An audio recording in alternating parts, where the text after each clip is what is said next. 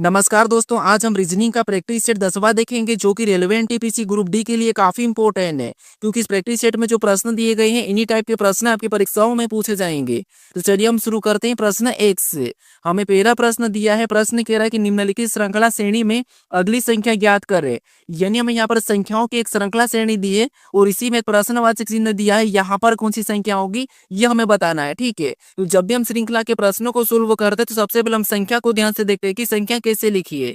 या किसी का वर्ग लिखा है, या फिर किसी का घन लिखा है, या फिर सम संख्या लिखी है, विषम संख्या लिखी है, या फिर अभाज्य संख्या लिखी है। इन चीजों को हम सबसे पहले देखते हैं। ठीक है, तो अगर हम संख्या को ध्यान से देखेंगे तो आपको यहाँ पर दिखाई दे रहा है सभी की सभी संख्या वर्ग दिखाई दे रही है। ठीक है, तो यहाँ पर हम पैटर्न को समझते हैं। तो सबसे पहले यहाँ पर क्या लिखा, 400 लिखा है और 400 किसका वर्ग है, तो आप कहोगे 400 हमारा 20 का वर्ग है। किसका वर्ग है, 20 का वर्ग है। ठीक है, उसके बाद 400 के बाद क्या लिखा है, यहाँ पर 484 लिखा है और 484 किसका वर्ग है, तो ये हमारा 22 का वर्ग है। किसका वर्ग है, तो ये हमारा 22 का वर्ग है। फिर 484 के बाद क्या लिखा है, तो 484 के बाद 576 लिखा है और 576 किसका वर्ग है, तो आप कहोगे ये हमारा 24 का वर्ग है। किसका वर्ग है, तो ये हमारा 24 का वर्ग है। उसके बाद यहाँ पर क्या लिखा, 576 के बाद 676 लिखा है और 676 किसका वर्ग है, तो ये हमारा 26 का वर्ग है। ठीक है, किसका वर्ग है, 26 का वर्ग है। अब यहाँ पर इसी पैटर्न को समझ के हम क्या करेंगे, अगली संख्या को बताएंगे। तो यहाँ पर सबसे पहले पैटर्न को समझिए। पैटर्न में क्या है, सबसे पहले 20 का वर्ग लिखा था और 20 के वर्ग के 22 का वर्ग लिखा है। यानी 20 के बाद 22 का वर्ग मतलब यहाँ पर 2 प्लस करके अगली संख्या का वर्ग बताया। ठीक है, उसके बाद देखिए यहाँ पर 22 के बाद 24 का वर्ग, यानी यहाँ पर भी 2 प्लस करके अगली संख्या का वर्ग बताया है। फिर 24 के बाद 26 का वर्ग, यानी यहाँ पर भी 2 प्लस करके अगली संख्या का वर्ग बताया है। तो हमें यहाँ पर अगली संख्या बताना, तो यहाँ पर हम क्या करेंगे, 26 में 2 प्लस करके अगली संख्या का वर्ग बता देंगे। ठीक है, तो 26 में 2 प्लस करेंगे तो कितने हो जाएंगे, 28 हो जाएंगे। तो यहाँ पर जो प्रश्नवाचक चिन्ह यहाँ पर क्या होना चाहिए, 28 का वर्ग होगा। तो यहाँ पर 28 का वर्ग क्या होता है, तो आप कहोगे 28 का वर्ग हमारा 784 होता है। तो ऑप्शन में देखिए 784 कहाँ पर है, तो ऑप्शन नंबर हमें यहाँ पर सी में दिया है। तो ऑप्शन नंबर सी हमारा इस प्रश्न का सही जवाब होगा। ठीक है, बस आपको यहाँ पर श्रृंखला को ध्यान से देखना था और उसके पैटर्न को समझ के अगली संख्या को बताना है। ठीक है, अब चलिए हम बढ़ते हैं प्रश्न 2 पे। अब दूसरे नंबर का प्रश्न दिया है। अब प्रश्न करें कि यदि इंग्लैंड को 12 34 52 6 लिखा जाता है और फ्रांस को 78 52 51 लिखा जाता है, तो ग्रीस को कैसे लिखा जाएगा, ये हमें प्रश्न पूछ रहा है। ठीक है, ये हमारा कोडिंग डिकोडिंग का प्रश्न है और जब भी हम कोडिंग डिकोडिंग के प्रश्नों को सोल्व करते हैं तो आपको पता हम क्या देखते हैं कि कूट क्या दिया है, ये हम देखते हैं। ठीक है, तो यहाँ पर इंग्लैंड का कूट हमें यहाँ पर संख्याओं में दिया है और यहाँ पर फ्रांस का कूट हमें यहाँ पर संख्याओं में दिया है। ठीक है,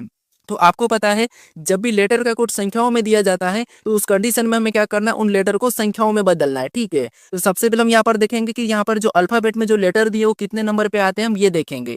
तो सबसे पहले अगर हम प्लेस वैल्यू की बात करेंगे तो ई हमारा 5 नंबर पे आता है, लेकिन यहाँ पर तो 1 लिखा है। ठीक है, उसी तरीके से एन की बात करेंगे तो एन हमारा एबीसीडी में 14 नंबर पे आता है, लेकिन ये संख्या हमें यहाँ पर मैच होती हुई नहीं दिखाई दे रही है। तो यहाँ पर प्लेस वैल्यू हम ज्ञात नहीं करेंगे। ठीक है, अब क्या करेंगे, इसका विपरीत देख लेते हैं। तो ई का विपरीत क्या होता है, तो आपको वी होता है और वी को संख्या में बदलेंगे तो ये 22 नंबर पे एबीसीडी में आता है, लेकिन यहाँ पर 22 भी हमें नहीं दिखाई दे रहा है, तो इस तरीके से भी नहीं होगा। लेकिन यहाँ पर आपको एक यहाँ पर तरीका याद रखना कि हमें यहाँ पर देखिए, यहाँ पर हमें इंग्लैंड का भी कोड दिया और फ्रांस का भी कोड दिया, यानी कि एग्जाम्पल हमें 2 दिया है। तो यहाँ पर हम देखेंगे कि क्या सेम कोड दिया है। तो यहाँ पर देखिए, जैसे यहाँ पर ई दिया और ई का कोड यहाँ पर क्या है, 1 है और सेम तरीके से यहाँ पर भी ई का कोड 1 है। उसके बाद यहाँ पर जी भी हमारा कॉमन है। ठीक है, सॉरी हमारे यहाँ पर ए कॉमन है और ए का कोड अगर हम यहाँ पर देखें तो हमें 5 दिखाई दे रहा है और यहाँ पर भी ए का कोड देखेंगे तो हमें 5 दिखाई दे रहा है। इसका मतलब ये है कि इन्हीं लेटर से हमें क्या करना है, कोड चुराना है। ठीक है, अब देखिए हमें यहाँ पर ग्रीस का बताना है और ग्रीस में पहला लेटर जी है और जी का कोड यहाँ पर क्या दिया है, तो आप कहोगे जी का कोड हमें यहाँ पर 3 दिया है, तो यहाँ पर भी इसका कोड हम क्या करेंगे, 3 ले लेंगे। ठीक है, अगर ऑप्शन में भी देखेंगे तो हमें 3 दिया है, मतलब यहाँ पर हमें क्या करना है, इसी के कोड लेना है। उसके बाद हमें यहाँ पर आर का बताना है और आर का कोड क्या दिया, तो आर का कोड हमें यहाँ पर 8 दिया, तो यहाँ पर हम क्या करेंगे, 8 को ले लेंगे। उसके बाद हमें यहाँ पर डबल ई का बताना और ई का कोड यहाँ पर क्या दिया, तो आप कहोगे यहाँ पर 1 दिया है और यहाँ पर भी 1 दिया, मतलब यहाँ पर भी हम क्या करेंगे, डबल ए को लिख लेंगे। ठीक है, उसके बाद हमें यहाँ पर सी का कोड बताना है और सी का कोड यहाँ पर क्या लिखा है, 9 लिखा है, तो यहाँ पर भी हम सी का कोड 9 को ले लेंगे। उसके बाद हमें यहाँ पर ई का बताना और ई का कोड यहाँ पर आपको पता है 1 दिया है, तो यहाँ पर हम क्या करेंगे, 1 को ले लेंगे। ठीक है, अब यहाँ पर हमारा ग्रीस का कोड क्या निकला है, 38 11 51। तो ऑप्शन में देखिए क्या 38 11 51 है, तो ऑप्शन नंबर हमें सी में दिया है, तो ऑप्शन नंबर सी हमारा इस प्रश्न का सही जवाब होगा। ठीक है, बस आपको यहाँ पर देखना था कि कोड कैसे लिखा है, पैटर्न का पता करते फिर आपको सेम तरीके से यहाँ पर बताना था। ठीक है, तो यहाँ पर आपको लॉजिक समझ में आ चुकी थी होगी, तो हमारा यहाँ पर ऑप्शन नंबर सी इस प्रश्न का सही जवाब हो जाएगा। अब चलिए हम बढ़ते हैं प्रश्न 3 पे। अब तीसरे नंबर का प्रश्न दिया है। अब प्रश्न करें कि निम्नलिखित विकल्पों में से संबंधित संख्या को चुनिए। यानी यहाँ पर जिस प्रकार 7 और 42 का जो आपस में संबंध है और उसी प्रकार 9 और 72 का जो आपस में संबंध है, सेम तरीके से हमें यहाँ पर 11 के साथ कौन सी संख्या का संबंध होगा ये हमें बताना है। ठीक है, तो ये हमारा नंबर एनोलॉजी का प्रश्न है। और हम यहाँ पर क्या करेंगे, जब भी नंबर एनोलॉजी के प्रश्नों को सोल्व करते हैं तो सबसे पहले हम पता करते हैं कि प्रश्नवाचक चिन्ह अगर इस तरफ दिया था तो हम यहाँ पर क्या करेंगे, 7 का संबंध 42 से कैसे है और 9 का संबंध 72 से कैसे है, ये हम सेम तरीके से पता करते हैं। ठीक है, तो आप अपनी बोर्ड से भी सेम तरीके से पता करने की कोशिश करें, प्रश्न को सोल्व करने की कोशिश करें। ज्यादा से ज्यादा अगर सोल्व करोगे तो आपके माइंड में लॉजिक बैठेगी। ठीक है, तो यहाँ पर देखिए सबसे पहले हम देखेंगे यहाँ पर कौन सा तरीका लग रहा है। तो सबसे पहले हम यहाँ पर क्या करेंगे, 42 का पता करते हैं कि 7 से 42 कैसे लिखा है। अब 42 हमारी बड़ी संख्या है तो क्या करें, हम यहाँ पर सबसे पहले गुणा करके पहुंचते हैं। तो यहाँ पर देखिए अगर हम यहाँ पर 7 से 42 की ओर जाते हैं तो 7 से 42 यानी 6 गुना करेंगे तो हमें यहाँ पर 42 मिलेगा। ठीक है, और 42 से उसी तरीके से यहाँ पर क्या करेंगे, 72 का पता करेंगे। तो यहाँ पर सेम तरीके से हम क्या करेंगे, यहाँ पर 6 गुना किया तो यहाँ पर भी हम 6 ही गुना करेंगे। तो 9 का 6 गुना कितना होता है, तो आपको 9 6 54 होता है। लेकिन यहाँ पर 72 लिखा है, मतलब ये है कि यहाँ पर सेम तरीका नहीं लग रहा है, तो ये तो गुणा वाला तो नहीं होगा। ठीक है, अब हम यहाँ पर क्या करते हैं, वर्ग करके देखते हैं। तो आप कहोगे अगर हम यहाँ पर 7 का वर्ग करते हैं तो 7 का वर्ग कितना होता है, तो आप कहोगे 7 का वर्ग होता है 49 होता है। कितना होता है, तो 7 का वर्ग होता है 49। और इसी 49 में से अगर हम उसी 7 को घटा लेते हैं, ठीक है, इसी 7 को घटा लेते हैं तो हमें यहाँ पर कितना मिलेगा, तो आप कहोगे 42 मिलेगा। ठीक है, और 42 यहाँ पर दिया तो हमें यहाँ पर पैटर्न क्या दिखाई दिया, 7 का वर्ग यानी कि पहली संख्या का वर्ग करके उसी को माइनस करना है। अब यही तरीका क्या 9 और 72 में है क्या, तो यहाँ पर देखिए सबसे पहले क्या करेंगे, इसका भी वर्ग करेंगे। तब 9 का वर्ग कितना होता है, तो 9 का वर्ग होता है 81। और इसी 81 में से हमें क्या करना है, उसी संख्या को घटाना, तो यहाँ पर हम 9 को घटा लेंगे। तो 81 में से जब हम 9 को घटाएंगे तो यहाँ पर हमारे पास कितना बचेगा, तो आप कहोगे यहाँ पर भी हमारे पास 72 बचेगा। ठीक है, और 72 भी यहाँ पर दिया है, क्या दिया है, 72 भी यहाँ पर दिया है। मतलब हमें लॉजिक क्या मिला है, पहली संख्या का वर्ग करना और उसी संख्या को घटा लेना और दूसरी संख्या बताना है। ठीक है, तो सेम तरीके से यहाँ पर क्या करेंगे, 11 का संबंध बताएंगे तो इसका वर्ग करेंगे। तो 11 का वर्ग कितना होता है, तो आप कहोगे 121 होता है। कितना होता है, 121।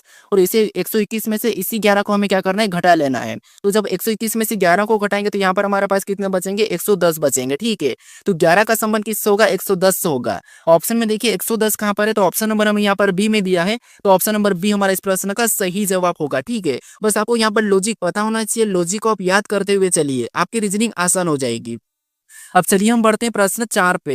अब 4 नंबर का प्रश्न दिया है। अब प्रश्न करें कि उस वेन आरेख का चयन करें जो दिए गए वर्गों के बीच के संबंध को सही ढंग से निरूपित करेगा। यानी हमें यहाँ पर संचार दिया है, लिखना दिया और बोलना दिया है, और इनके बीच वेन डायग्राम कैसा बनेगा ये हमें प्रश्न पूछ रहा है। ठीक है, तो आपको मैं हर बार बताता हूँ कि जब भी आपको वेन डायग्राम के प्रश्नों को सोल्व करना है तो सबसे पहले आपको तीनों शब्दों को ध्यान से देखना है कि उनके बारे में आप जानते हो या उनको पहचानते हो कि उनका संबंध आपस में कुछ है या नहीं है, ये चीजें देखना है।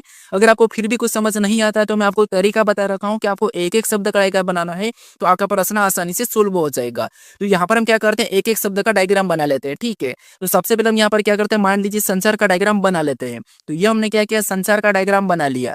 उसके बाद फिर हम यहाँ पर क्या करेंगे, दूसरे या तीसरे शब्द का बनाएंगे। तो मान लो यहाँ पर हम क्या करते हैं, यहाँ पर दूसरे शब्द का बना लेते हैं। तो दूसरा शब्द हमें क्या दिया, लिखना। अब लिखना का शब्द का डायग्राम बनाने से पहले हम ये देखेंगे कि जो हमने यहाँ पर संचार का डायग्राम बनाया है कि इनका लिखना से कोई संबंध है या नहीं है। तो आप कहोगे यहाँ पर संचार और लिखना का आपस में संबंध है, क्योंकि यहाँ पर लिखना एक संचार है तो ये संचार के अंदर आ जाएगा। ठीक है, तो यहाँ पर हम क्या करेंगे, इसके अंदर बना लेंगे।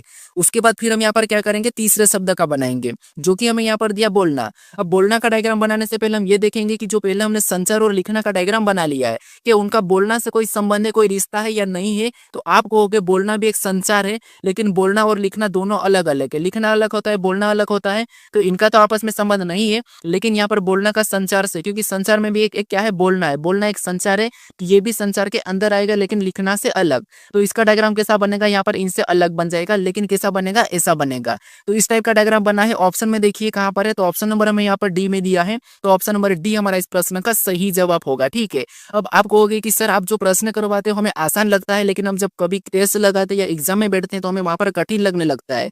तो उस कंडीशन में आपको क्या करना है, रीजनिंग को अगर अच्छी करना है तो आपको क्या करना है, डेली प्रैक्टिस सेट देखना है और हर बार आपको लॉजिक देखना है कि कौन कौन से लॉजिक लग रहे हैं और किस किस तरीके से प्रश्न को सोल्व कर रहे हैं, ये आपको देखना है। उससे आपकी रीजनिंग क्या होगी, मजबूत होगी। ठीक है, अब चलिए हम बढ़ते हैं प्रश्न 5 पे। अब 5 नंबर का प्रश्न दिया है। अब प्रश्न कह रहे कि निम्नलिखित विकल्पों में से असंगत की पहचान करें। और आपके मन में एक ये भी डाउट हो रहा है कि आप जब प्रश्न को सोल्व कराते तो हमें प्रश्न आसानी से बन जाते हैं, लेकिन हमें परीक्षा हॉल में नहीं बनते। ये डाउट आपका 100% होगा। लेकिन देखिए, आप यहाँ पर मेरा वीडियो देख रहे हो तो आपका यहाँ पर ऐसा कोई वो प्रेशर नहीं है, लेकिन वहां पर आपका एग्जाम का प्रेशर मिलता है। तो उससे आपका क्या है कि आता हुआ भी गलत गलत दिखाई देता है और गलत गलत करके आ जाते हैं। आपके माइंड में कोई लॉजिक खुलती ही नहीं है, क्योंकि आपने प्रैक्टिस कम करी होगी। अगर आपने प्रैक्टिस अच्छी की तो आपको वहां पर इतना अच्छा लगेगा और आसानी से आप हर प्रश्न को आसानी से कर पाओगे। क्योंकि आप जब एग्जाम देके आते हो उसके बाद आपको दिखाई देता है कि नहीं यार, ये प्रश्न तो सरल था, ये प्रश्न तो मैंने पढ़ा था, इस टाइप की लॉजिक हमने देखी थी। तो वहां पर आपको फिर क्या होता है, एक एहसास होता है कि नहीं यार, हमने वहां पर एक प्रेशर में गलती कर दी। तो इसीलिए वहां पर भी आप जब एग्जाम में बैठो तो वहां पर भी आप नॉर्मल देखो कि मैं तो बस नॉर्मल पढ़ रहा हूँ, नॉर्मल मैंने प्रैक्टिस सेट लग रहा, बस आपको वैसे ही सोल्व करना, ना कि आप एग्जाम दे रहे हैं, ना ही आपको प्रेशर में रहना है। ठीक है, अब यहाँ पर हमें प्रश्न क्या कह रहा है कि निम्नलिखित विकल्पों में से असंगत की पहचान करें। यानी हमारे पास यहाँ पर 4 विकल्प दिए हैं और इन विकल्पों में हमें यहाँ पर अक्षर दिए हैं। तो इनमें से असंगत कौन से हमें ये बताना है। अब आपको पता है क्लासिफिकेशन यानी असंगत के प्रश्न में जब लेटर दिए जाते हैं तो मैं आपको बता रखा हूँ कि सबसे पहले या तो उनको संख्याओं में लिखो, या फिर क्या करना है, उनमें देखना क्या विपरीत है तो नहीं लिखा, ये चीजें देखते हैं। उससे क्या कि हमें यहाँ पर संख्याओं में लिख लेते तो आसानी से हमें प्लस माइनस दिख जाता है।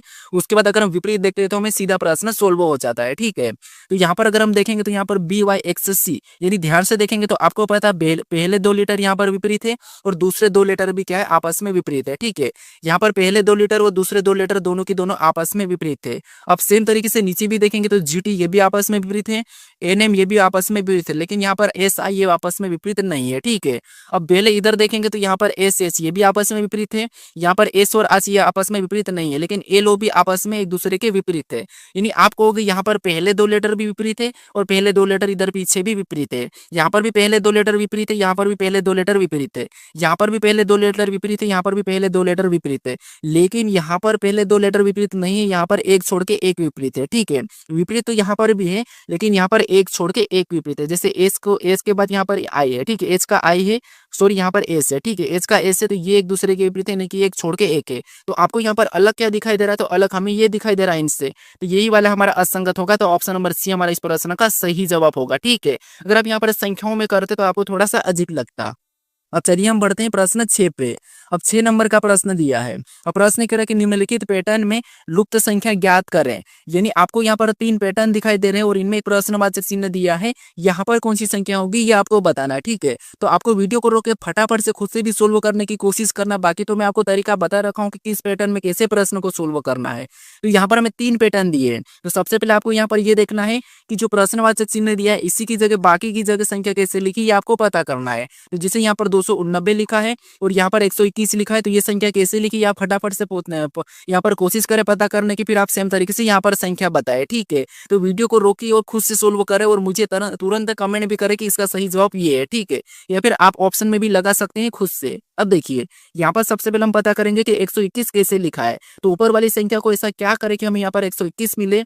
तो आप कहोगे अगर इनका गुणा करेंगे तो ज्यादा लंबा जाएगा, तो हम यहाँ पर क्या कर सकते हैं, अगर हम यहाँ पर देखेंगे तो 121 तो पता है 11 का वर्ग है, यानी अगर हम 18 में से 7 को माइनस करते हैं तो कितना बचेगा, 11 बचेगा। कितना बचेगा, 11, और 11 का वर्ग करते हैं तो 11 का वर्ग आपको पता है कितना होता है, 121 होता है, और 121 यहाँ पर दिया है। अब सेम तरीके से क्या दूसरे पैटर्न में भी यही तरीका है। तो देखिए, सबसे पहले ऊपर वाली संख्या को माइनस करेंगे तो 42 में से 25 को माइनस करेंगे तो कितने बचेंगे, तो आप कहोगे 17 बचेंगे। कितने बचेंगे, 17, और यहाँ पर हमने वर्ग किया तो यहाँ पर भी इसका वर्ग करेंगे तो 17 का वर्ग कितना होता है, तो आपको 289 होता है, और 289 भी यहाँ पर है। यानी दोनों पैटर्न में सेम तरीके से हमने संख्या पता करी, यानी ऊपर वाली संख्या को माइनस करना और माइनस करने के बाद जो संख्या आती है उसका वर्ग करके बताना है। ठीक है, तो सेम तरीके से यहाँ पर क्या करना है, आपको सबसे पहले माइनस करना है। तो 54 में से 36 को माइनस करेंगे तो आपको पता है कितने बचेंगे, तो आपको 18 बचेंगे, और 18 का अगर हम यहाँ पर वर्ग करेंगे तो 18 का वर्ग कितना होता है, तो आपको 18 का वर्ग होता है 324।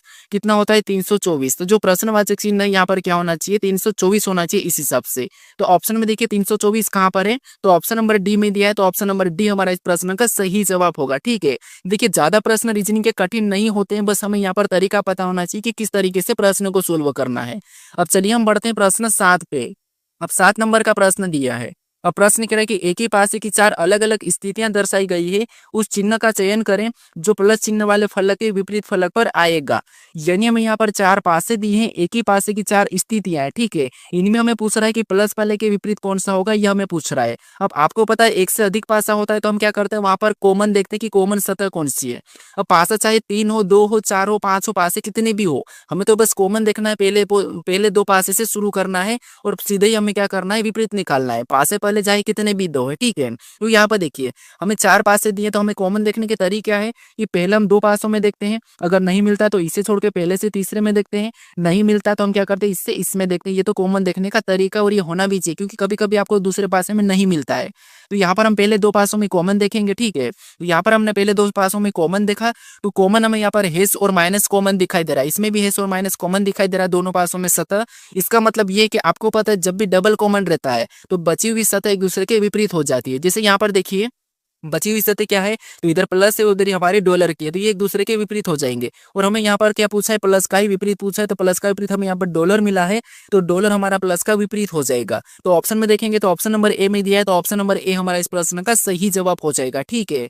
अब चलिए हम बढ़ते हैं प्रश्न 8 पे। अब 8 नंबर का प्रश्न दिया है। अब प्रश्न कह रहा है कि राहुल राज का भाई है, राधा रमन की बहन है, राज राधा का पुत्र है, तब राहुल का राधा से क्या संबंध है, यह हमें प्रश्न पूछ रहा है, ठीक है। तो ये हमारा रक्त संबंध का प्रश्न है, ब्लड रिलेशन का है। तो हमें यहाँ पर कोई ज्यादा ट्रिक नहीं लगाना है, यहाँ पर जैसा प्रश्न कह रहा है उसके हिसाब से ही हमें सोल्व करना है। तो सबसे पहले कह रहा है कि राहुल राज का भाई है, यानी यहाँ पर देखिए जो राहुल है, ठीक है, राहुल क्या है, तो राहुल राज का भाई है, तो हम यहाँ पर राहुल को राज का भाई बना लेते हैं। भाई है तो इसके बाद इसके पास ही लिखाएगा, तो राहुल राज का भाई है, ठीक है। ये राहुल राज का भाई है। उसके बाद आगे प्रश्न का कि राधा रमन की बहन है, जो राधा है वो रमन की बहन है, ठीक है। इसको छोड़ो क्योंकि इनके साथ हमें कोई संबंध, अभी कहानी आगे पढ़ते हैं। यहाँ पर राधा रमन की बहन है या तो ठीक है। आगे कह रहा है कि प्रश्न राज राधा का पुत्र है, राज कौन है, तो ये राज राधा का पुत्र है। अब ये जो राज है ये राधा का पुत्र है, तो राधा का ऊपर हो जाएगी क्योंकि ये पुत्र है, तो ये इसकी माँ होगी, ठीक है। ये किसकी माँ होगी, तो ये हमारा ऊपर लिखा गया, ठीक है। तो यहाँ पर राज क्या है, तो ये हमारा राधा का पुत्र है, तो हमने राधा को ऊपर लिखा। अब यहाँ पर कह रहा है कि राधा रमन की बहन है, राधा कौन है, रमन की बहन है, तो यहाँ पर हम रमन को भी ऊपर लिख लेते हैं, ठीक है। ये रमन की बहन है तो ये हमने रमन की बहन बना ली। अब ये दोनों भाई बहन है और इधर भी ये दोनों भाई है, ठीक है। अब हमें यहाँ पर प्रश्न क्या पूछ रहा है, प्रश्न करे कि तब राहुल का राधा से क्या संबंध है, यानी यहाँ पर से कहाँ लगा, तो राधा के पास लगा है, मतलब राधा का राहुल क्या लगेगा, ये हमें प्रश्न पूछ रहा है। यानी कि राधा का राहुल क्या लगेगा, ये हमें प्रश्न पूछ रहा है। तो आप कहोगे यहाँ पर अगर राधा का राज इसका पुत्र है, राधा का राज पुत्र है, तो राधा का राहुल भी पुत्र ही होगा, यानी राधा का बेटा है। तो ऑप्शन में देखिए बेटा कहाँ पर है या पुत्र कहाँ पर है, तो ऑप्शन नंबर हमें यहाँ पर बी में दिया है, तो ऑप्शन नंबर बी हमारा इस प्रश्न का सही जवाब होगा, ठीक है। ब्लड रिलेशन के प्रश्न बहुत आसान होते हैं, बस हमें क्या करना है, स्टेप बाय स्टेप यहाँ पर सोल्व करना है। अब चलिए हम बढ़ते हैं प्रश्न 9 पे। अब 9 नंबर का प्रश्न दिया है। अब प्रश्न करें कि उस विकल्प का चयन कीजिए जो दी गई श्रृंखला में प्रश्नवाचक चिन्ह के स्थान पर आएगा। यानी हमें यहाँ पर लेटरों की एक श्रृंखला श्रेणी दी है और इसी में यहाँ पर एक प्रश्नवाचक चिन्ह दिया है लेटर के पास, यहाँ पर कौन सा लेटर होगा ये हमें बताना है, ठीक है। तो आपको पता है हम श्रृंखला के प्रश्न में लेटर वाले को सोल्व करते तो हम क्या करते हैं, एक एक लेटर को देखते हैं, ठीक है। यानी कि एक के बाद एक किससे लिखा है, तो अल्फाबेट में या तो माइनस हुआ होगा प्लस हुआ होगा, ठीक है, यही होता है। तो यहाँ पर देखिए अगर हम एको को देखेंगे तो सी से यहाँ पर क्या देखेंगे, क्यू को देखेंगे। तो आपको पता है सी हमारे ABCD में 3 नंबर पे, क्यू 17 नंबर पे, तो यहाँ पर तो ज्यादा लंबा हो रहा है, ठीक है। यानी कितना प्लस हो रहा है, तो आप कहोगे 3 से 17 मतलब यहाँ पर हमारा लगभग 3 से 17 मतलब यहाँ पर हमारा 14 प्लस हो रहा है, ठीक है। कितना प्लस हो रहा है, 14 प्लस हो रहा है। फिर हम यहाँ पर क्यू से पी को देखेंगे तो यहाँ पर हमारा माइनस हुआ है, ठीक है, मतलब ये लॉजिक हमें नहीं दिखाई दे रहा है। फिर हम यहाँ पर क्या कर सकते हैं, पीछे से भी देखेंगे तो वही होगा। तो फिर यहाँ पर क्या कर सकते हैं, एक एक को देखिए। अगर हम यहाँ पर सी के बाद क्या करेंगे, यहाँ पर देखिए आई को देखेंगे, यहाँ पर हमारा कितना प्लस हो रहा है, तो यहाँ पर 6 प्लस हुआ, फिर 3 प्लस हुआ है। यहाँ पर देखेंगे तो क्यू से डी मतलब यहाँ पर तो माइनस हो रहा है, इसका मतलब ये है कि ये भी लॉजिक नहीं लग रहा है। अगर हम यहाँ पर इनको एक बार संख्याओं में लिख के देखते हैं, तो यहाँ पर देखिए क्योंकि लेटर को हमेशा संख्याओं में लिखते हैं तो आसानी से प्रश्न सोल्व हो जाता है, ये मैं आपको बता रखा है।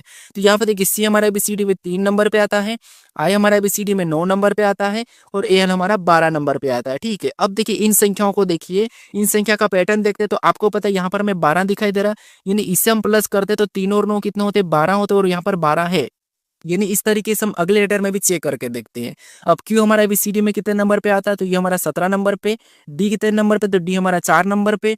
यू कितने नंबर पे, तो ये हमारा 21 नंबर पे। अब यही लॉजिक हम यहाँ पर लगाते हैं, यही तरीका हम यहाँ पर यूज करते हैं। तो पहली संख्याओं में प्लस करेंगे तो 17 4 21 और 21 भी यहाँ पर है। अब आपको यहाँ पर तरीका दिखाई दिया होगा कि यही वाला यहाँ पर भी हो रहा है। तो पी हमारा एबीसीडी में 16 नंबर पे आता है और ए कितने नंबर पे 6 नंबर पे आता है। वी कितने नंबर पे 22 नंबर पे आता है। कि यहाँ पर जो फ्लो हुआ था यहाँ पर हो रहा है क्या, तो यहाँ पर देखिए 16 अच्छे कितने होते हैं, 22 होते हैं और 22 भी यहाँ पर है। इसका मतलब ये है कि लास्ट वाला जो लेटर लाना, हमें क्या करना है, पहले वाले लेटर को जोड़ना है। ठीक है, ये तरीका हमें मिला है। यानी यहाँ पर देखिए पैटर्न के हिसाब से पहले हम क्या करेंगे, संख्या में बदलेंगे तो 11 नंबर पे के आता है और एन हमारा 14 नंबर पे आता है। कितने नंबर पे आता है, तो 14 नंबर पे आता है। ठीक है, अब यहाँ पर इनको प्लस करेंगे तो हमें अब अगला लेटर मिल जाएगा संख्याओं में। ठीक है, तो 14 और 11 को आपस में जोड़ेंगे तो आपको पता है कितने होते हैं, तो आप कहोगे 25 होते हैं। कितने होते हैं, 25 होते हैं।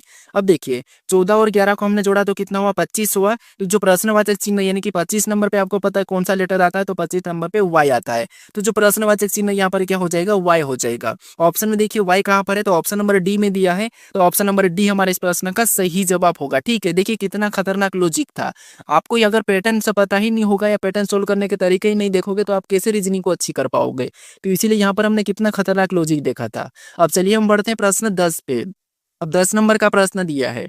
अब प्रश्न कह रहा है कि निम्नलिखित विकल्पों में से उस समुच्चय का चयन करें जो दिए गए समुच्चय से संबंधित है। यानी हमारे पास यहाँ पर 2 कॉलम दिए हैं और इनमें कुछ संख्या लिखी है, इनका आपस में संबंध पता करके हम क्या करेंगे, ऑप्शन में ढूंढेंगे। ठीक है, तो यहाँ पर अगर हम पहले 2 में देखेंगे तो 1 से 2 मतलब यहाँ पर +1। यहाँ पर भी अगर +1 का देखेंगे तो यहाँ पर तो 5 से 10 मतलब ये लॉजिक नहीं है। ठीक है, फिर यहाँ पर क्या कर सकते हैं, अगर हम यहाँ पर 1 का 2 गुना करते हैं तो 1 का 2 गुना कितना होता है, 2। उसी तरीके से 5 का भी 2 गुना करते हैं तो 5 का 2 गुना 10 मतलब यहाँ पर 10 से यहाँ पर 2 है। अब इसी तरीके से हम ऑप्शन में चेक करके देखते हैं कि पहली संख्या का 2 गुना पीछे लिखा कहाँ।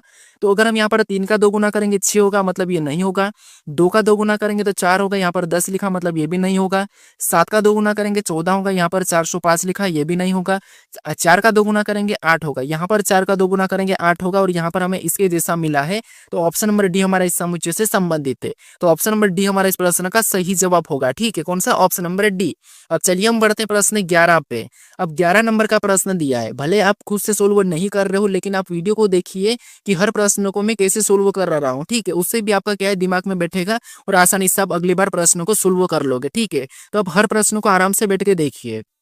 अब प्रश्न में 11 दिया है और प्रश्न कह रहा है कि इन वर्षों में से कौन सा एक अधिवर्ष नहीं है। यानी हमें यहाँ पर 4 ऑप्शन दिए, उनमें हमारे पास चारों की चारों क्या है, एक वर्ष है। और इनमें कह रहा है कि इन वर्षों में से कौन सा एक अधिवर्ष नहीं है। अधिवर्ष का मतलब क्या होता है कि अधिवर्ष मतलब एक लीप वर्ष, लीप वर्ष को ही हम अधिवर्ष भी कहते हैं। ठीक है, तो यहाँ पर कौन सा है कि एक लीप वर्ष नहीं है। तो आपको पता हम क्या करते हैं, या तो 4 या 400 से भाग देते हैं। ठीक है, सन में। तो अगर हम यहाँ पर 400 भाग देंगे या 4 से भाग देंगे, जब संख्या में पीछे संख्या होती है 2 तो हम क्या करते हैं, वहां पर 4 का भाग देते हैं। और अगर डबल 0 है, शताब्दी वर्ष, तो यहाँ पर हम 400 का भाग देते हैं। ठीक है, तो इनमें अगर हम 4 का भाग देंगे, ठीक है, यहाँ पर अगर हम यहाँ पर 2 संख्याओं में 4 का भाग देंगे तो इसमें 4 का भाग पूरा पूरा चले जाएगा। मतलब ये है कि हमारा एक लीप वर्ष है। उसके बाद 1200 में भी हम यहाँ पर 400 का भाग देंगे तो यहाँ पर भी पूरा पूरा कट जाएगा, मतलब ये भी हमारा लीप वर्ष है। उसके बाद 1600 में भी हम 400 का भाग देंगे, ये भी पूरा पूरा भाग चले जाएगा, तो ये भी हमारा एक लीप वर्ष है। उसके बाद 2100 में भी 400 का भाग देंगे तो यहाँ पर पूरा पूरा भाग नहीं जाएगा। ठीक है, तो ये हमारा एक अधिवर्ष यानी कि एक लीप वर्ष नहीं है। ये हमारा यहाँ पर क्या हो जाएगा, सही जवाब हो जाएगा। कौन सा, ऑप्शन नंबर डी हमारा 2100 एक लीप वर्ष नहीं है। ठीक है, क्योंकि इसमें ना तो 4 का भाग जाएगा और ना ही 400 का भाग जाएगा। ठीक है, तो ये हमारा एक लीप वर्ष नहीं, ये हमारा 400 हमारा ये हमारा 2100 क्या है, ये हमारा सामान्य वर्ष है। अब चलिए हम बढ़ते प्रश्न 12 पे। अब 12 नंबर का प्रश्न दिया है। अब प्रश्न क्या कह रहा है, देखिए प्रश्न कह रहा है कि यदि शब्द लेमेंड को सभी अक्षरों को वर्णमाला के अनुसार व्यवस्थित किया जाए तो कितने अक्षरों की स्थिति अपरिवर्तित रहेगी, ये हमें प्रश्न पूछ रहा है। ठीक है, तो वर्णानुक्रम क्रम में करेंगे, वर्णानु, ठीक है, वर्णानु मतलब वर्णमाला में। तो अब देखिए यहाँ पर आपको पता है, मैं यहाँ पर बताती कि यदि शब्द लेमेंड के सभी अक्षरों को वर्णानुक्रम के अनुसार व्यवस्थित किया जाए तो कितने कितने अक्षरों की स्थिति अपरिवर्तित रहेगी, ये तो मैं आपको सोल्व करना बता रखा हूँ। इसमें कुछ भी नहीं करना हमें, सबसे पहले ये जो लेटर दिए, जब शब्द दिए उसको लिखना है और इसकी नंबरिंग कर लेना है। कैसे देखिए, जैसे सबसे पहले हमें क्या करना है, यहाँ पर लेमेंट दिया है तो यहाँ पर हम लेमेंट लिखेंगे और लेमेंट को क्या करेंगे, इनकी नंबरिंग कर लेंगे। ठीक है, क्या करेंगे, इनकी नंबरिंग कर लेंगे। तो इनकी नंबरिंग करते तो आपको पता है यहाँ पर एल 1 नंबर पे यहाँ पर है, ये बी यहाँ पर 2 नंबर पे, ये हमारा 3 नंबर पे, ये हमारा 4 नंबर पे, ये 5 नंबर पे, 6 नंबर पे, हमने इनकी नंबरिंग कर ली। अब हमें यहाँ पर क्या करना है, इनको वर्णानुक्रम मतलब हमें अल्फाबेट के क्रम में लिखना है। तो सबसे पहले में से कौन सा आता है, तो आपको ए आता है। ए के बाद यहाँ पर दिखेगा तो ई लिखा है, ई आएगा। ई के बाद क्या आएगा, तो आप कहोगे एल आएगा, क्या आएगा, एल आएगा।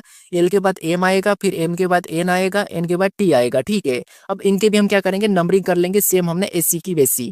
तो ये हमारा 1, ये हमारा 2, यहाँ पर 3, ये 4, ये 5 और ये 6। अब यहाँ पर हम देखेंगे कि कितने का यहाँ पर अपरिवर्तित नहीं हुआ है, कौन, जो कि यहाँ पर आपस में बदले ही नहीं। तो यहाँ पर देखेंगे कि एल हमारा यहाँ पर 1 नंबर पे था, लेकिन यहाँ पर 3 नंबर पे हुआ, मतलब ये बदल गया। उसके बाद यहाँ पर ए हमारा 2 नंबर पे यहाँ पर है, लेकिन यहाँ पर 1 नंबर पे हुआ, मतलब ये भी बदल गया। एम हमारा 3 नंबर पे, लेकिन यहाँ पर 4 नंबर पे, मतलब ये भी बदल गया, यानी कि इसका परिवर्तन हो गया। उसके बाद ई हमारा 4 नंबर पे यहाँ पर था, लेकिन ई हमारा यहाँ पर 2 नंबर पे हो गया, मतलब इसका भी परिवर्तन हो गया। अब एन हमारे यहाँ पर 5 नंबर पे, यहाँ पर 5 नंबर है, मतलब इनका परिवर्तन नहीं हुआ है, सेम नंबर पे है। टी हमारा यहाँ पर 6 नंबर पे, यहाँ पर 6 नंबर पे, इसका भी परिवर्तन नहीं हुआ, मतलब 2 लेटरों का परिवर्तन नहीं हुआ है। ठीक है, तो ऑप्शन में देखिए 2 कहाँ पर है, तो ऑप्शन नंबर डी में दिया है, तो ऑप्शन नंबर बी हमारा इस प्रश्न का सही जवाब होगा। ठीक है, क्योंकि हमें यहाँ पर क्या करना था, सबसे पहले सरल था कि हमें यहाँ पर इनको क्या करना है, लिखना है और नंबर करना है, फिर वर्णानुक्रम में लिखते हैं क्या करना है, यहाँ पर देखना है कि किनका परिवर्तन हुआ और किनका नहीं हुआ है। ठीक है, तो हमें यहाँ पर अपरिवर्तित पूछा था, तो अपरिवर्तित 2 है, तो 2 हमारा ऑप्शन नंबर 20 प्रश्न का सही जवाब हो जाएगा। अब चलिए हम बढ़ते हैं प्रश्न 13 पे। अब 13 नंबर का प्रश्न दिया है और प्रश्न करा, यदि a बराबर 26 और s बराबर 19 लिखा है तो यहाँ पर फेस बराबर क्या होगा, ये हमें बताना है। ठीक है, तो ये भी हमारा कोडिंग डिकोडिंग का ही प्रश्न है, उसी टाइप का है। तो यहाँ पर हमें अल्फाबेट में नंबरिंग पता होना चाहिए, क्योंकि हमें यहाँ पर लेटर का संख्याओं में दिया है और यहाँ पर भी लेटर के संख्याओं में दिया है, तो इनको भी हम क्या करेंगे, लेटर का संख्याओं में बताएंगे। ठीक है, तो सबसे पहले आपको पता है ए हमारा 1 नंबर पे आता है, लेकिन यहाँ पर 26 लिखा है, इसका मतलब ये है कि माइनस कर दिया, मतलब ए को पीछे करके ए में 1 माइनस करेंगे तो जेड होगा और जेड हमारा 26 नंबर पे हो जाएगा। एक तो ये पैटर्न हमें दिख रहा है। ठीक है, या सेम तरीके से एच में भी आप माइनस करेंगे तो हमारा क्या आएगा, तो आपको जी आएगा और जी हमारा 7 नंबर पे आता है, लेकिन यहाँ पर 19 लिखा, मतलब ये तरीका नहीं है। ठीक है, फिर क्या कर सकते हैं, इसका विपरीत करते हैं। तो ए का विपरीत क्या है, तो आपको जेड है और जेड हमारा 26 नंबर पे आता है और 26 यहाँ पर लिखा है। सेम तरीके से एज का विपरीत क्या होता है, तो एज का विपरीत एस होता है और एस हमारा कितने नंबर पे, 19 नंबर पे आता है और 19 भी यहाँ पर लिखा है, यानी हमें यहाँ पर लेटर का विपरीत करना है और उसकी संख्या बताना है, बस इतना सा है। ठीक है, ये हमारा पैटर्न है। तो यहाँ पर देखिए फेस में हम क्या करेंगे, सबसे पहले इनका विपरीत बताएंगे। तो एप का विपरीत क्या है, तो आप कहोगे एप का विपरीत यू है। उसके बाद ए का विपरीत क्या है, तो ए का विपरीत जेड है। उसके बाद सी का विपरीत क्या है, तो सी का विपरीत एक्स है। ई का विपरीत क्या है, तो ई का विपरीत वी है। ठीक है, अब इनको हम क्या करेंगे, संख्याओं में लिखेंगे। तो यू हमारा 22-21 नंबर पे आता है। उसके बाद जेड कितने नंबर पे, तो जेड हमारा 26 नंबर पे आता है। एक्स कितने नंबर पे, तो ये 24 नंबर पे और वी कितने नंबर पे, तो ये हमारा 22 नंबर पे। अब ये ऑप्शन में देखिए 21, 26, 24, 22, 21, 26, 24, 22 कहाँ पर दिया है, तो ये हमें ऑप्शन नंबर ए में दिया है, तो ऑप्शन नंबर ए हमारे इस प्रश्न का सही जवाब हो जाएगा। ठीक है, अब चलिए हम बढ़ते हैं प्रश्न 14 पे। अब 14 नंबर का प्रश्न दिया है। अब प्रश्न करें कि उस सही विकल्पों को चुने जिसमें दी गई श्रृंखला के रिक्त स्थानों में उसी क्रम में रखने पर श्रृंखला तार्किक रूप से पूरी हो जाएगी, ये हमें प्रश्न पूछ रहा है। ठीक है, ये श्रृंखला का ही प्रश्न है, टाइप हमारे यहाँ पर लास्ट वाली है, लेकिन यहाँ पर हमारे कुछ लेटर गायब है, तो हमें क्या करना है, उन लेटर को भरना और इसको क्या करना है, उसी क्रम में देखना है और हमें क्या करना है, ऑप्शन में बताना है। ठीक है, तो यहाँ पर देखिए ऐसे प्रश्न को सोल्व करने के लिए सबसे पहले आपको बताया था कि लेटर और यहाँ पर खाली स्थान को गिनना है और पेयर में क्या करना है, इसको काट लेना है, या फिर क्या करना है कि किस लेटर के बाद कौन सा लेटर लिखा है ये हमें देखना है और कहाँ पर रिक्त स्थान है। तो अगर आप कहोगे यहाँ पर टी के बाद यू दिखाई दे रहा है और यू के बाद एक रिक्त स्थान है, तो इसका मतलब ये है कि टी के बाद यू ही होगा। तो यहाँ पर हम क्या करते हैं, यू को भर लेते हैं। ठीक है, सबसे पहले तो हमने यहाँ पर यू को भर लिया। उसके बाद देखिए RTUS TUS, यहाँ पर तो हमारे पास RTX, यहाँ पर टी के बाद एक्स है यहाँ पर टी के बाद यू है और यहाँ पर टी के बाद यू, यहाँ पर एक्स और यहाँ पर यू है, मतलब यहाँ पर हम यू को नहीं भरेंगे क्योंकि यहाँ पर टी के बाद हमें एक्स दिया है और यहाँ पर टी के बाद यू दिया है, मतलब ये कि यहाँ पर प्लस हुआ होगा। अब टी से पहले देखिए, टी से पहले हमें आर दिया है और यहाँ पर भी टी से पहले आर दिया, मतलब यहाँ पर हम आर को भर सकते हैं। ठीक है, टी से पहले हम यहाँ पर आर को भर सकते हैं, तो यहाँ पर आर को भर के देख लेते हैं। टी आर यू, यहाँ पर टी आर क्या है, तो यहाँ पर आप कहोगे देखिए आर टी, यहाँ पर भी आर टी, मतलब यहाँ पर भी आर टी। ठीक है, उसके बाद एस, एस से यहाँ पर देखिए आर से पहले एस से, और यहाँ पर क्या करेंगे तो एस के बाद हम क्या करेंगे आर को भर लेंगे, तो यहाँ पर एस आर, यहाँ पर एस आर, यानी यहाँ पर एस को भर देंगे तो यहाँ पर भी एस आर हो जाएगा। अब देखिए R T U S R क्या है, R T U S, R हमारा डबल रिपीट हुआ तो यहाँ पर हम खेंडा बना लेंगे। ठीक है, अब यहाँ पर देखिए R T U S, are T U S R T, यहाँ पर देखिए यहाँ पर हमें क्या लिखना है, एस तो है, यहाँ पर अगर यू को भरेंगे तो यहाँ पर एक से, मतलब यहाँ पर हम क्या भर सकते हैं, इसमें प्लस करके भरते हैं।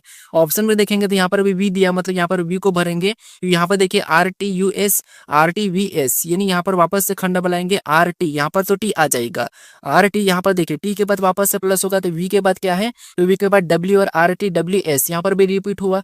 उसके बाद आर टी एक्स, ये देखिए आर टी एक्स और एक्स के बाद लास्ट वाला एस है तो यहाँ पर हम एस भर लेंगे। अब देखिए हमारे पैटर्न को देखिए, यहाँ पर समझिए, जो हमारा ये वाला यू वाला लेटर, तीसरा लेटर, यहाँ पर भी +1, यहाँ पर भी +1 और यहाँ पर भी +1 हुआ, मतलब एक लेटर +1 में चला था, बाकी तो रिपीटेड थे। तो अब देखिए यहाँ पर are T U S R T V S R T W S R T x S, यानी हमारा पैटर्न सही बना है। ठीक है, अब देखिए हमने कौन कौन से लेटर को भरा, तो आप कहोगे सबसे पहले हमने आर को भरा है, उसके बाद हमने एस को भरा, फिर हमने वी को भरा, फिर हमने आर को भरा, फिर हमने टी को भरा, फिर हमने लास्ट में एस को भरा। तो ये ऑप्शन में देखिए कहाँ पर है, यहाँ पर R S V R T S हमें ऑप्शन नंबर ए में दिया है, तो ऑप्शन नंबर ए हमारा इस प्रश्न का सही जवाब होगा। ठीक है, अब चलिए हम बढ़ते हैं प्रश्न 15 पे। अब 15 नंबर का प्रश्न दिया है। अब प्रश्न करें कि निम्नलिखित आकृति में कितने त्रिभुज की संख्या है, यानी इस आकृति में त्रिभुजों की संख्या कितनी है ये आपको बताना है। तो आपको पता है त्रिभुज कैसे काउंट करना है, ये मैं आपको बता रखा हूँ। आपको वीडियो को रोकना है और फर्स्ट से खुद से सोल्व करना है, हर प्रश्न को खुद से सोल्व कीजिए।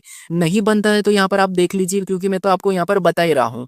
तो यहाँ पर देखिए सबसे पहले हम क्या करते हैं, जब भी ऐसा पैटर्न हो तो हम क्या करते हैं, यहाँ पर कुछ इस टाइप से पैटर्न होता है तो यहाँ पर हम क्या करते हैं, इनमें संख्या लिख लेते हैं। ठीक है, क्या करते हैं, संख्या लिख लेते हैं, कैसे, कॉलम में।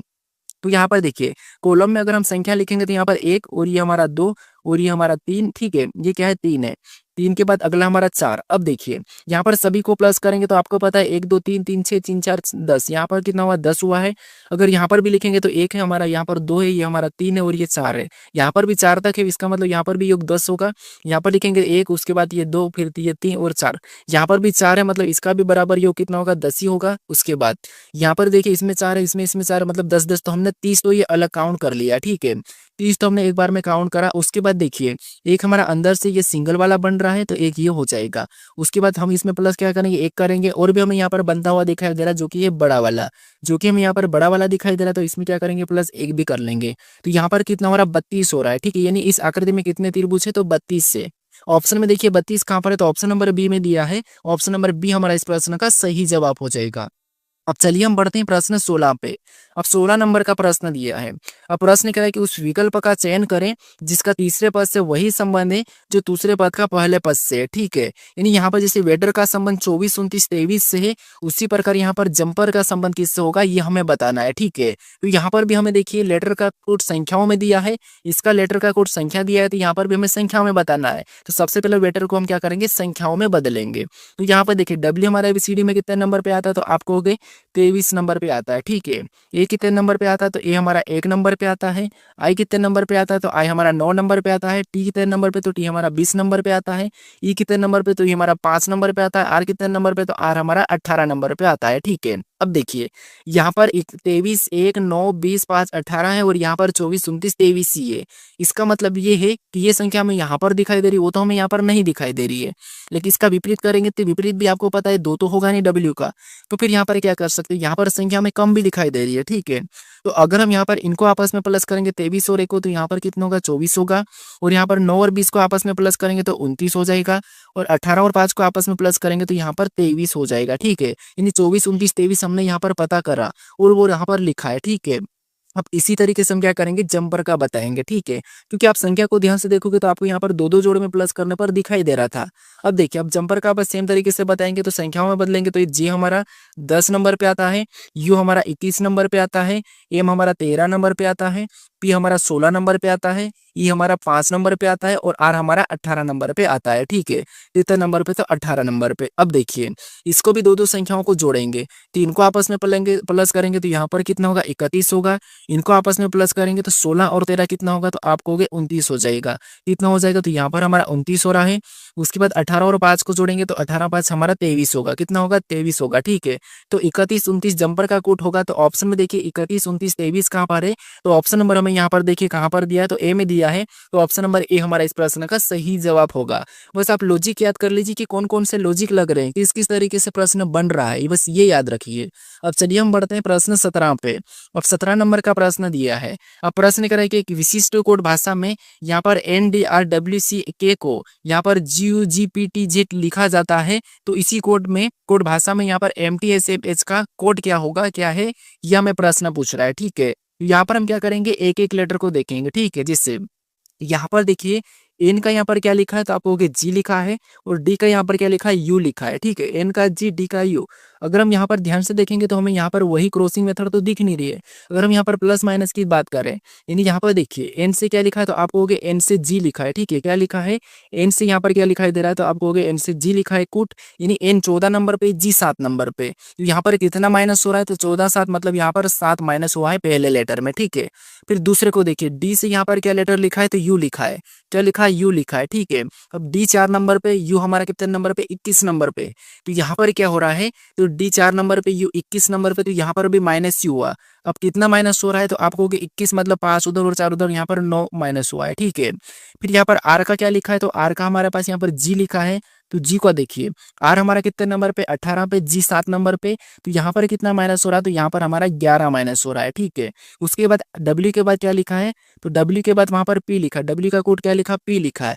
पी 16 नंबर पे आता है, डब्ल्यू 23 नंबर पे आता है। तो यहाँ पर क्या माइनस हुआ, तो यहाँ पर वापस से 7 माइनस हुआ है। कितना, 7 माइनस। फिर यहाँ पर सी को देखिए, सी हमारा 3 नंबर पे आता है, वहां पर क्या लिखा है, टी, इसका कोड लिखा है।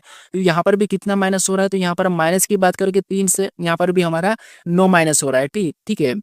क्योंकि 3 से 20 नंबर पे, क्योंकि सबसे पहले यहाँ पर 3 से 20 नंबर पे मतलब टी हमारा 20 नंबर पे आता है। तो यहाँ पर भी हमारा कितना माइनस हुआ है, तो आप कहोगे हमारा 9 माइनस हो रहा है, ठीक है। कितना माइनस हो रहा है, तो यहाँ पर हमें देखिए सी और टी, सी 3 नंबर पे इधर माइनस करेंगे तो यहाँ पर भी हमारा 9 माइनस दिखाई दे रहा है, ठीक है। उसके बाद के का कोड यहाँ पर क्या लिखा है, तो जेड लिखा है। और जेड भी कितने नंबर पे, 26 नंबर पे आता है, कि 11 पे आता है। तो यहाँ पर क्या हुआ, तो यहाँ पर वापस से 11 माइनस हुआ। अब पैटर्न को देखिए, 7 minus 9 minus 11 minus, 7 minus 9 minus 11 minus, यानी यहाँ पर 7 9 11, 7 9 11 हमें माइनस करना है लेटर में, ठीक है। अब सेम तरीके से यहाँ पर देखिए, अगर हम एम में से 7 माइनस करेंगे, एम 13 नंबर पे आता है, 7 माइनस कर लेंगे तो कितने बचेंगे, तो आप कहोगे 6 बचेंगे, यानी एफ हो जाएगा। क्या हो जाएगा, एफ हो जाएगा। उसके बाद टी, टी हमारा 20 नंबर पे आता है, और इसमें 9 माइनस करेंगे तो क्या बचेगा, तो आप कहोगे 11 बचेंगे, और 11 नंबर पे के आता है। एफ के ऑप्शन नंबर हमें यहाँ पर ए और हमारा पर बी में नहीं है। फिर एस, एस हमारा 19 नंबर पे आता है, और 19 में से हम क्या करेंगे, अब 11 माइनस करेंगे, ठीक है। तो 19 जब हम 19 में से 11 माइनस करेंगे तो 8 बचेंगे, और 8 पे एच आता है, एच भी हमारे पास। उसके बाद यहाँ पर एफ दिया है, और एफ कितने नंबर पे, 6 नंबर पे आता है, और वापस हम क्या करेंगे, 7 माइनस करेंगे। तो हमारे पास क्या आएगा, 7 माइनस करेंगे तो वापस हमारा वाई आ जाएगा, ठीक है। क्या आ जाएगा, वाई आ जाएगा। तो हमने यहाँ पर वाई ले लिया, ठीक है। क्या ले लिया, वाई। उसके बाद एच हमारा 8 नंबर पे आता है, और इसके हिसाब से हम वापस से क्या करेंगे, 9 माइनस करेंगे। 9 माइनस करेंगे 8 में से, वापस से वाई ही होगा। क्या होगा, वाई होगा। उसके बाद जे 10 नंबर पे आता है, 11 माइनस करेंगे तो फिर भी वाई होगा। यानी एफ के एस वाई वाई वाई हमें ऑप्शन में देखना है। तो यहाँ पर ऑप्शन नंबर हमें यहाँ पर डी में दिया है, तो ऑप्शन नंबर डी हमारा इस प्रश्न का सही जवाब होगा।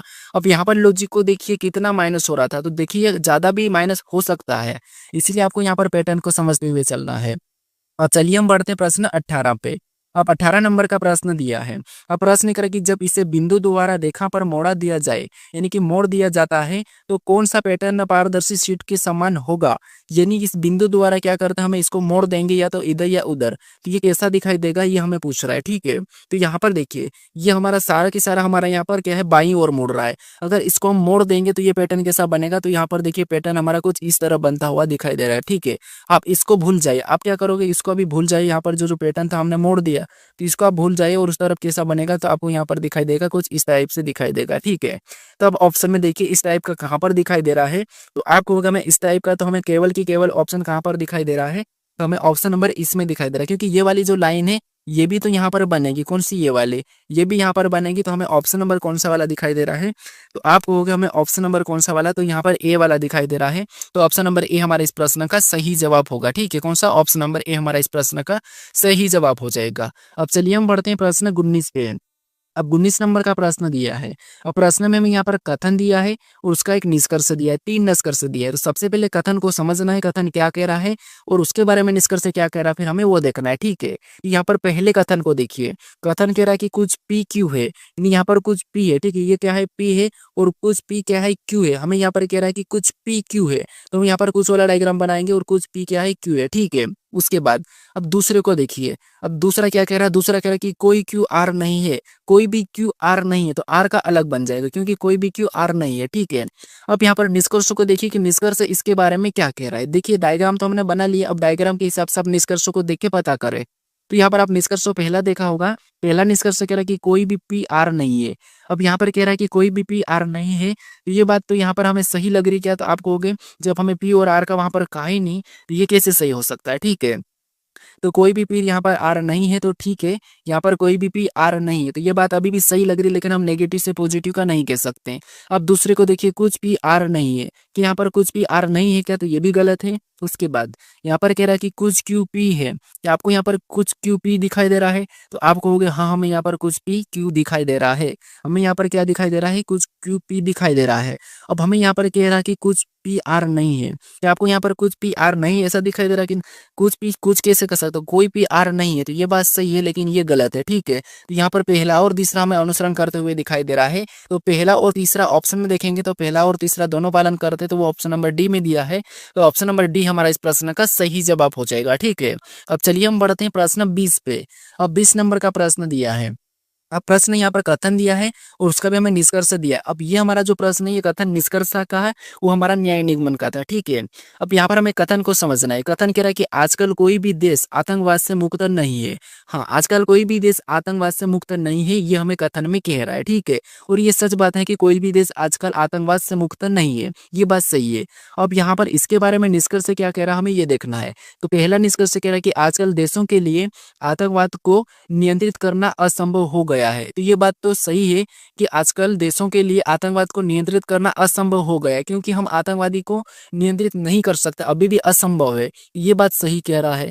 उसकी बात दूसरे को देखिए, देश और उनके नागरिक सामान्यतः आलसी हो गए हैं। कि वो आलसी हो गए क्या, ये मतलब आलसी हो गए क्या आतंकवाद को नियंत्रित करने के लिए, तो नहीं, आलसी नहीं हुए, कोशिश कर रहे हैं लेकिन संभव ही नहीं है, संभव है ही नहीं, तो यहाँ पर कैसे आलसी हो सकते हैं, तो ये हमें गलत कह रहा है।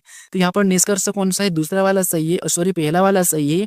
तो ऑप्शन में देखेंगे तो ऑप्शन नंबर ए में दिया है, तो ऑप्शन नंबर ए हमारा इस प्रश्न का सही जवाब हो जाएगा। अब चलिए हम बढ़ते प्रश्न 21 पे।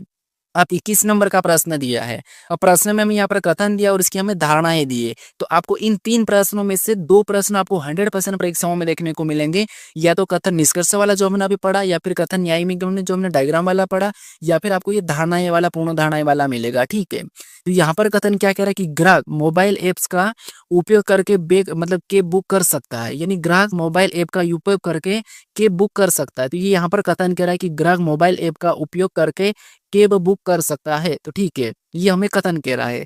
अब इसकी धारणाएं देखिए, धारणाएं कह रही है कि लग्जरी कारों की बिक्री काफी हद तक बढ़ गई है।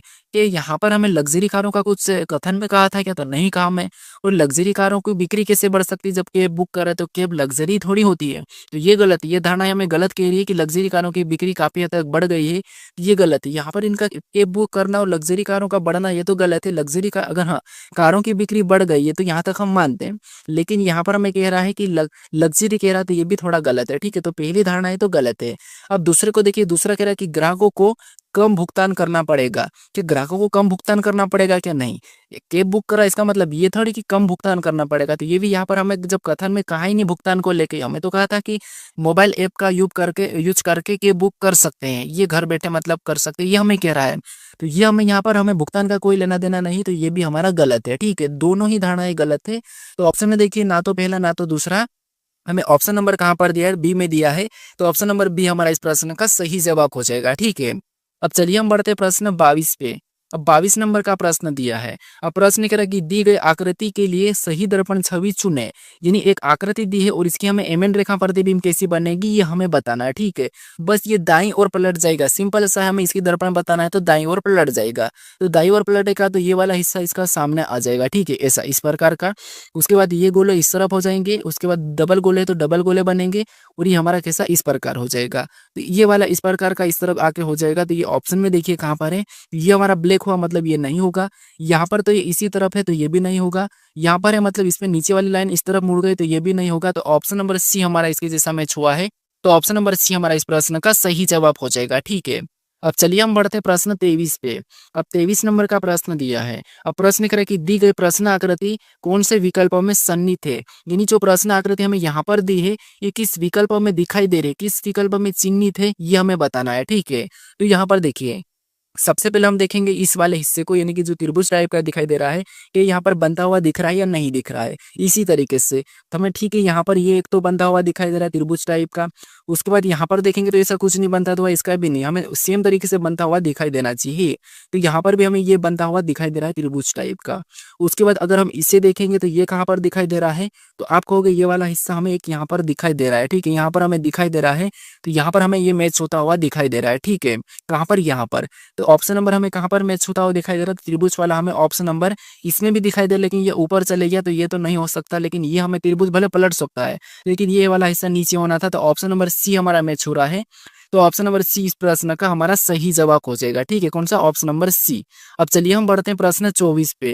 अब 24 नंबर का प्रश्न दिया है। अब प्रश्न करें कि दिए गए पैटर्न के आधार पर कागज को मोड़ा और काटा जाता है तो खोलने पर कैसा होगा, ये हमें प्रश्न पूछ रहा है। ठीक है, यानी हमें यहाँ पर जो वाई दिया है ये पैटर्न है, इसको हम क्या करेंगे, मोड़ेंगे। यानी इस डायरेक्शन में सबसे पहले मोड़ेंगे, फिर बाद में उसके बाद इस डायरेक्शन में मोड़ेंगे तो ये कैसा दिखाई देगा, ये हमें प्रश्न पूछ रहा है। तो सबसे पहले अगर हम इस डायरेक्शन में इतने ही हिस्से को मोड़ेंगे, अगर हम यहाँ से इधर मोड़ देंगे तो आपको पता है सेम वाई यहाँ पर भी बन जाएगा और ये निशान सेम वाला इधर भी आ जाएगा। ठीक है, उसके बाद अब पूरी तरह से पूरे हिस्से को हम नीचे से उठा के ऊपर मोड़ेंगे तो ये वाई नीचे आ जाएगा और ऐसा कैसा बनेगा, तो ऐसा बनेगा, इधर से भी आ जाएगा ऐसा बनेगा और ये वाला हिस्सा और इधर वाला हिस्सा भी ऐसा बन जाएगा। ठीक है, अब ये ऑप्शन में देखिए ऐसा कहाँ पर है, तो दोनों वाई आपस में नीचे होना चाहिए, यहाँ पर है, यहाँ पर हमारे पास दोनों वाई नीचे और ये भी हमारा सेम बनता हुआ दिखाई दे रहा है। लेकिन यहाँ पर ये जो लाइन है ये इधर उधर पलट रही है तो ये नहीं होगा, ये भी नहीं होगा, नीचे नहीं, ये भी नहीं होगा। तो ऑप्शन नंबर हमारा यहाँ पर ए वाला सही जवाब हो जाएगा। ठीक है, ये हमारा इसके जैसा बनता हुआ दिखाई दे रहा है।